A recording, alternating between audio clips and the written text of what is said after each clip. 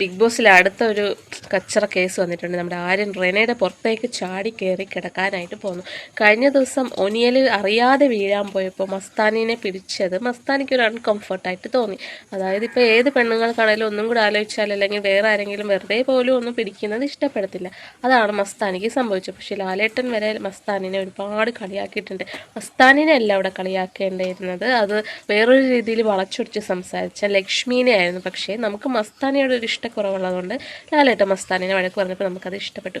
അപ്പോൾ ഈ ഒരു കാര്യം തന്നെയാണ് ഇവിടെ റെനയ്ക്ക് സംഭവിക്കാൻ പോകുന്നത്. ആ കുട്ടിക്ക് അത് അപ്പോൾ ആ കുട്ടി നമ്മൾ ആ സീൻ കണ്ടാൽ നോക്കാം, അപ്പോൾ ചിരിച്ചുകൊണ്ടാണ് എണീക്കുന്നത്. പക്ഷെ അതങ്ങോട്ട് മാറിക്കഴിഞ്ഞപ്പോൾ ആ ഒരു ഇത് എന്താകും, ഇല്ലെങ്കിൽ പുറത്ത് കണ്ടാൽ ഫാമിലി കണ്ടാൽ എന്താകും എന്ന് ഓർത്ത് ആ 19 വയസ്സുള്ള കുട്ടി വിഷമിക്കുന്നുണ്ട്.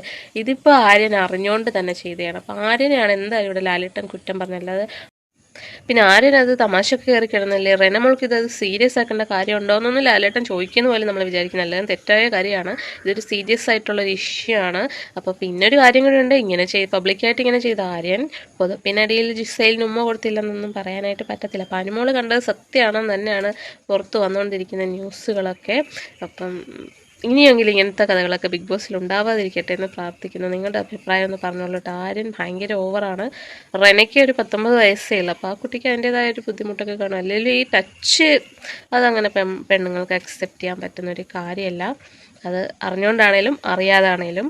അപ്പം അതിന് എതിരെ ലാലേട്ടൻ കറക്റ്റായിട്ട് നിലപാടുകൾ എടുക്കട്ടെ എന്ന് ഞാൻ പറയുന്നു. Thank you so much.